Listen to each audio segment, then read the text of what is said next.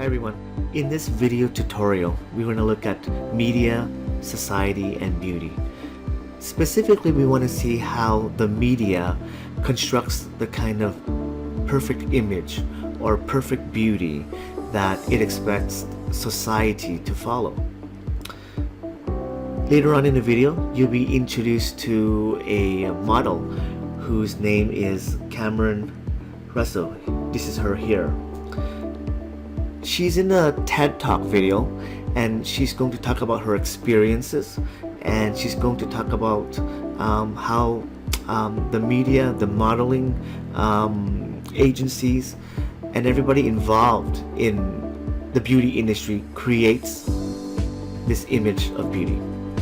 Your video will be coming up right here.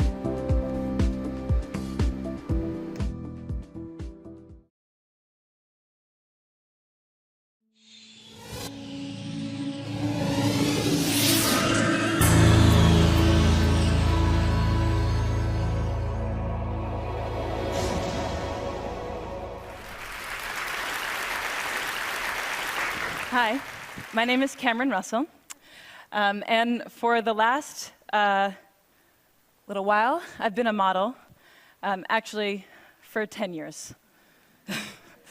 And I feel like there's an uncomfortable tension in the room right now because I should not have worn this dress. So luckily, I brought an outfit change. This is the first outfit change on the TED stage, so you guys are pretty lucky to witness it, I think. If some of the women were really horrified when I came out, you don't have to tell me now, but I'll find out later on Twitter.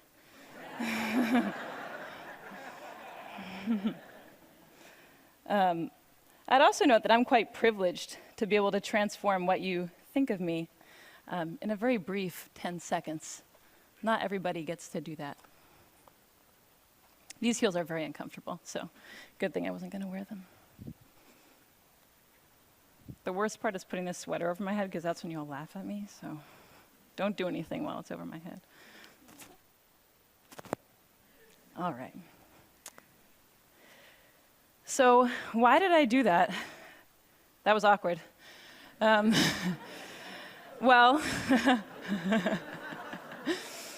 hopefully not as awkward as that picture. Image is powerful. But also, image is superficial. I just totally transformed what you thought of me in 6 seconds. And in this picture, I had actually never had a boyfriend in real life.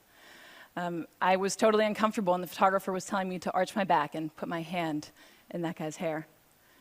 And of course, barring surgery, or the fake tan that I got 2 days ago for work, there's very little that we can do to transform how we look. And how we look, though it is superficial and immutable, has a huge impact on our lives. So today, for me, being fearless means being honest. And I am on this stage because I am a model. I'm on this stage because I am a pretty white woman. In my industry, we call that a sexy girl. And I'm going to answer the questions that people always ask me, but with an honest twist. So the first question is, how do you become a model? And I always just say, oh, I was scouted, but that means nothing. The real way that I became a model is I won a genetic lottery, and I am the recipient of a legacy. And maybe you're wondering, what is a legacy? Well, for the past few centuries, we have defined beauty not just as health and youth and symmetry that we're biologically programmed to admire, but also as tall, slender figures and femininity and white skin.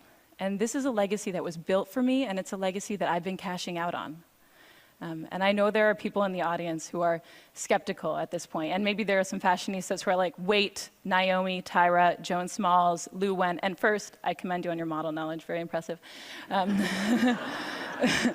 But unfortunately, I have to inform you that in 2007, a very inspired NYU PhD student counted all the models on the runway, every single one that was hired, and of the 677 models that were hired, only 27, or less than 4%, were non-white. The next question people always ask me is, can I be a model when I grow up? And the first answer is, I don't know, they don't put me in charge of that. But the second answer, and what I really want to say to these little girls, is why? You know, you can be anything. You could be the President of the United States, or the inventor of the next internet, or a ninja cardiothoracic surgeon poet, which would be awesome, because you'd be the first one. If after this amazing list, they still are like, no, no, Cameron, I want to be a model, well, then I say, be my boss, because I'm not in charge of anything, and you could be the editor-in-chief of American Vogue, or the CEO of H&M, or the next Stephen Meisel. Saying that you want to be a model when you grow up is akin to saying that you want to win the Powerball when you grow up. It's, you know, out of your control, and it's awesome, and it's not a career path. I will demonstrate for you now 10 years of accumulated model knowledge, because unlike cardiothoracic surgeons, it can just be distilled right into right now. So if the photographer is right there, and the light is right there like a nice HMI, and the client says, Cameron, we want a walking shot, well, then this leg goes first, nice and long, this arm goes back, this arm goes forward, the head is at 3/4, and you just go back and forth. You just do that. And then you look back at your imaginary friends, 300, 400, 500 times. It will look something like this. Hopefully less awkward than that one in the middle. That was, I don't know what happened there. Unfortunately, after you've gone to school and you have a resume and you've done a few jobs, you can't say anything anymore. So if you say you want to be the President of the United States, but your resume reads underwear model 10 years, people give you a funny look. The next question people always ask me is, do they retouch all the photos? And yeah, they pretty much retouch all the photos, but that is only a small component of what's happening.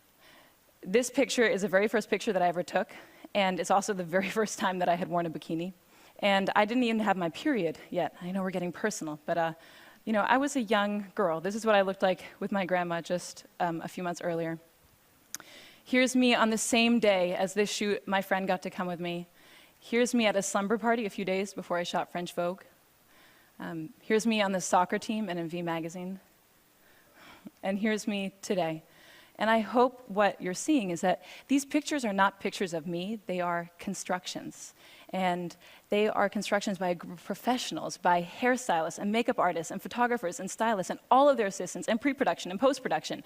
And they build this, that's not me. Okay, so the next question people always ask me is, do you get free stuff? I do have too many 8-inch heels, which I never get to wear, except for earlier. But the free stuff that I get is the free stuff that I get in real life, and that's what we don't like to talk about. I grew up in Cambridge, and one time I went into a store and I forgot my money and they gave me the dress for free. When I was a teenager, I was driving with my friend who was an awful driver, and she ran a red, and of course, we got pulled over. And all it took was a sorry officer, and we were on our way. And I got these free things because of how I look, not who I am. And there are people paying a cost for how they look and not who they are. I live in New York, and last year, of the 140,000 teenagers that were stopped and frisked, 86% of them were Black and Latino, and most of them were young men.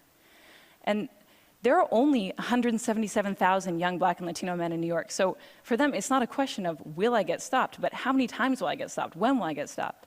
When I was researching this talk, I found out that of the 13-year-old girls in the United States, 53% don't like their bodies. And that number goes to 78% by the time that they're 17. So the last question people ask me is, you know, what is it like to be a model? And I think the answer that they're looking for is, if you are a little bit skinnier and you have shinier hair, you will be so happy and fabulous.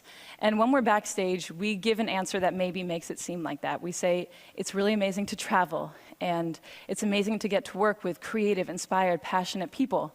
And those things are true, but they're only one half of the story, because the thing that we never say on camera, that I have never said on camera, is I am insecure.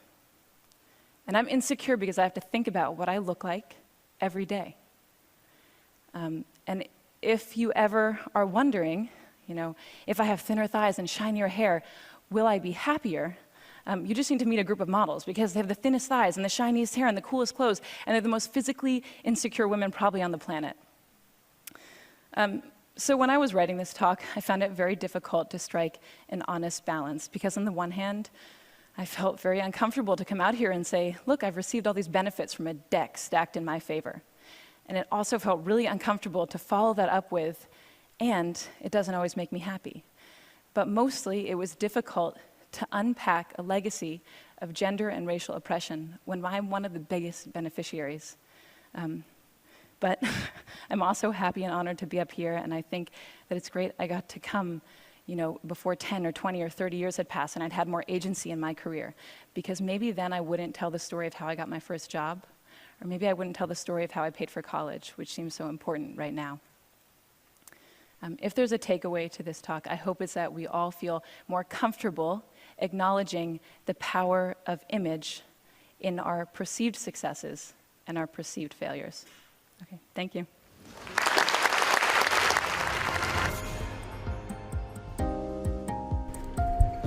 Okay, students, now that we've watched the video, I'd like you to respond to these 2 questions. You can give it the title TED Talk Video with Cameron Russell. Here's the first question. Cameron Russell says that these pictures are not pictures of me. They are constructions made by a group of professionals, by hairstylists, by photographers, etc. Part A, what does this mean? Or what does she mean by this? In other words, what does she mean by when she says this image of her was created by a group of professionals? Part B, how does the media's construction of the so-called perfect image affect both boys and girls or men and women? Defend your responses with specific examples if you can think of some. Respond in about a paragraph.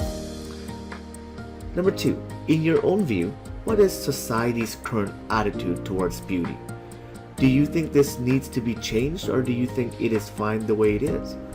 Just like the first part, respond in about 1 paragraph. If you have any questions, see me in class or give me an email.